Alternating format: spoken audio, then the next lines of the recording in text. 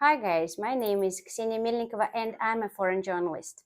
This day, one of the most discussed pieces of news is about India and Pakistan, the two countries with nuclear weapons, and they are on a brink of war. In Jammu and Kashmir, the only Indian state with a Muslim majority, a terrorist attack was carried out. A little-known group that calls itself the Kashmiri Resistance and operates in Pakistan shot tourists. 28 people were killed. As a result, the airspace was closed. The countries expelled diplomats, cancelled visas, and stopped trade. India decided to suspend the operation of the Indus Waters Treaty, which regulates the use of border rivers by the two countries. Islamabad denies its involvement into the terror act and takes tit-for-tat measures. Let's have a look at this situation and decide whether the big war between the countries is ready to start. Every time when the relations between India and Pakistan escalate, it occurs to the people that these two countries are nuclear powers. According to the Stockholm International Peace Research Institute, in 2024, India had 172 nuclear warheads, while Pakistan had 170. So far, the escalation seems to be within the framework of the standard escalation of the Kashmir conflict. This is one of the most complex territorial disputes. It can only be compared to the conflict between Israel and Palestine. There were at least 3 large-scale wars between India and Pakistan since they got independence from Great Britain. The first Indo-Pakistani war took place in 1947-1949, the second in 1965. Both conflicts were related to the Kashmir conflict. The third Indo-Pakistani War took place in 1971 due to the War of Independence of Bangladesh, which broke away from Pakistan and was supported by China. Relations between New Delhi and Islamabad deteriorated in 2019 due to a large-scale terrorist attack in the state of Jammu and Kashmir. Then, a suicide bomber attacked a convoy of buses of the Central Reserve Police Forces. As a result of this explosion, 40 people were killed. After that, the Indian authorities deprived Jammu and Kashmir of independence, dividing the state into 2 union territories, Jammu and Kashmir and Ladakh, the first with the preservation of the Legislative Assembly and the second without it. Article 370 allowed the state of Jammu and Kashmir, the only one of the 29 Indian states, to have its own constitution and flag, as well as independently make decisions of all issues except those related to the foreign affairs, defense, and communications. The state government had the right to determine its permanent residence. Only permanent residents could have a residence permit in the state, buy real estate there, or work in the government. In addition, there was a quota system in the region. Kashmiris were preferred for the employment. New Delhi claimed that the privileges of the residents and discrimination against non-Kashmiris hindered the economic development of the region and the resolution of the Kashmir conflict. Indians who were not Kashmiris could not invest in the land or real estate and thus create jobs for young Kashmiri people. The Indian authorities believed that the increase in unemployment in turn contributed to the radicalization of the region. They also argued that the constitution of Jammu and Kashmir, partly based on the laws of the colonial India, infringed on women's rights. For example, if a native of Kashmir married a non-Kashmiri, she could lose her status as a permanent resident of the state. But in 2019, within the decision of the Indian authorities, there disappeared an entire state, which name over the past decades has become synonymous with one of the most difficult problems existing in the international law. It seemed that the Kashmir redistribution has come as a surprise to the whole world and to the Indians themselves, but in fact, the Modi government has for a long time been preparing to resolve this issue. In general, the Kashmir conflict arose around the same time when the Dominion of Pakistan and the Indian Union were formed in place of British India. The territories under direct British control were easily divided, but problems arose with the numerous semi-independent principalities. In theory, they had a choice: join India or Pakistan, try to maintain independence, or unite and create their own state. At the same time, the authorities of newly formed India and Pakistan have made it clear that they do not intend to put up with the principality's attempts at independence. The result of the Principality of Jammu and Kashmir, Maharaja Hari Singh, tried for a long time to balance between India and Pakistan, but after part of his army rebelled, he was forced to ask New Delhi for help. He received this help, but in exchange for the inclusion of Jammu and Kashmir in the Indian Union, albeit with this special status. As a result of subsequent wars and conflicts, Kashmir was divided between India, Pakistan, and China. The temporary border there was named the line of control on the Indian-Pakistani section and the line of actual control on the Indian-Chinese section. If everything is more or less calm in the territory of Pakistani Kashmir, then in the Indian part there has been a real intifada since 1989, supported by Azad Kashmir and the Pakistani authorities. They claim that this support is purely moral and diplomatic, while the Indians accuse their neighbors of training militants in their camps, supplying them with the weapons and money. Anyway, over the past decades, Kashmir has become a bleeding wound in India, where huge resources, both financial and human, are invested. But actually, it didn't help.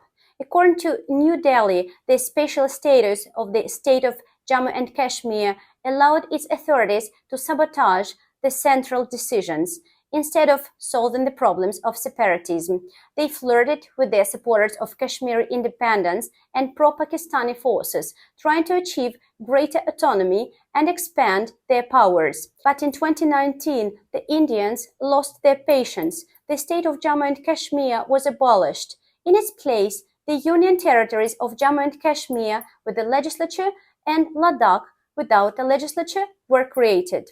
They abolished the parts of the constitution that gave Kashmiris benefits when applying to study and when holding administrative positions within the state, and also lifted restrictions on the purchase of real estate in Kashmir by residents of other states. Previously, they were forbidden to do this. Kashmir, from a state with a special position with its own constitution, became an ordinary territory of India, and even with reduced powers in terms of self-government. Compared to the state, the union territories with the legislature are much more administratively subordinate to the center. After that, joint events were from time to time boycotted, and harsh statements were made against each other regarding the status of Jammu and Kashmir. India began to relocate ethnic representatives of other states to Kashmir.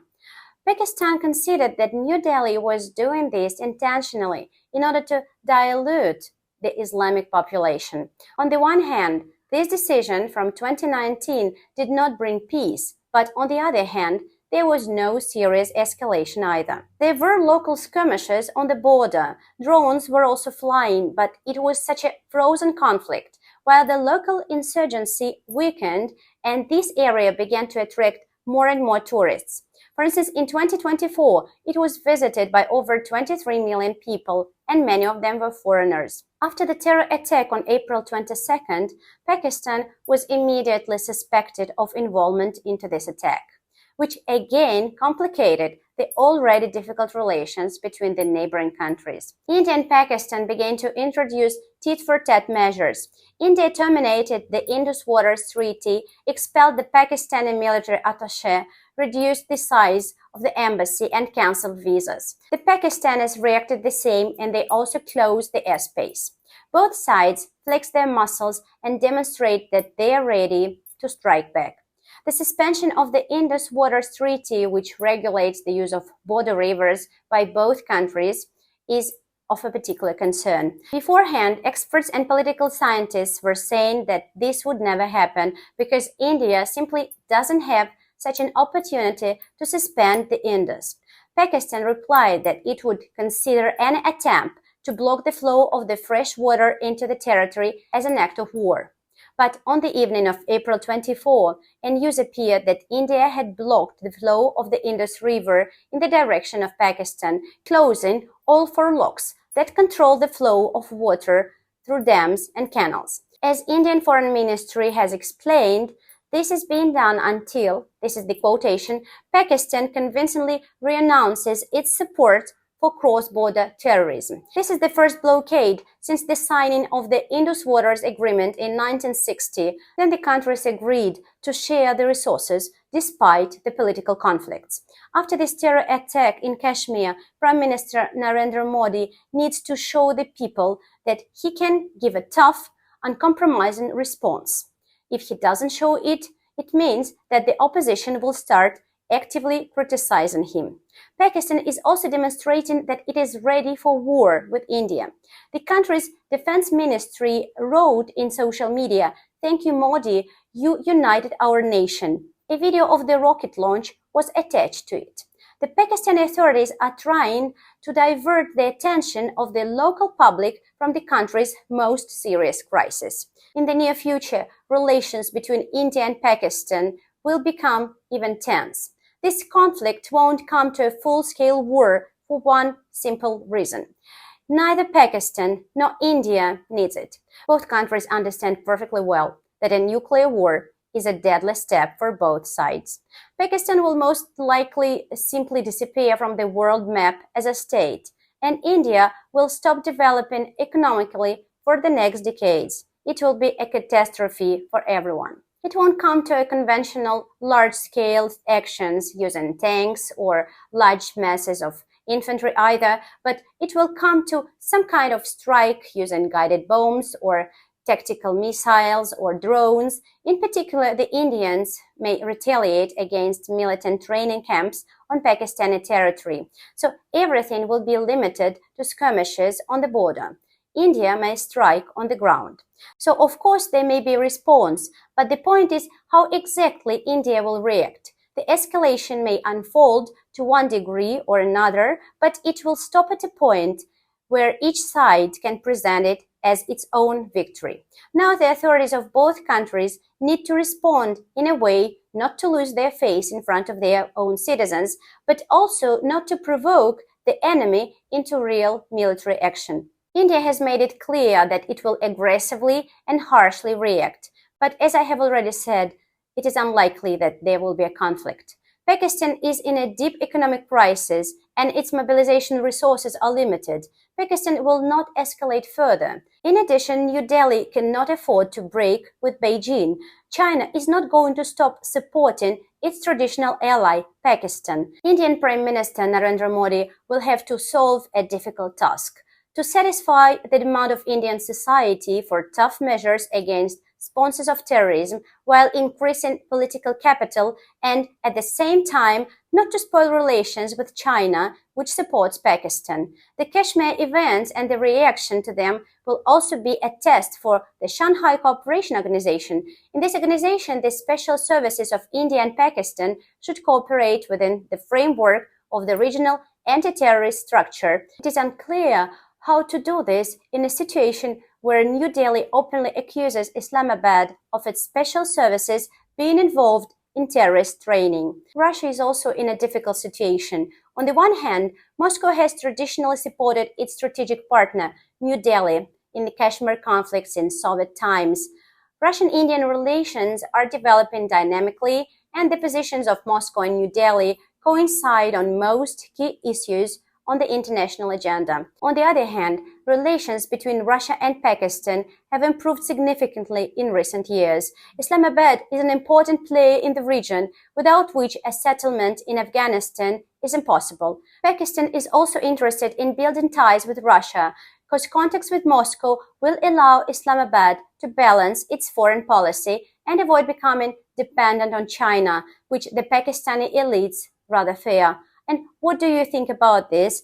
Will there be a full-fledged war between India and Pakistan? Who will support them and why? Please write in the comments and subscribe. My name is Ksenia Melnikova and thank you for having watched this video. Bye!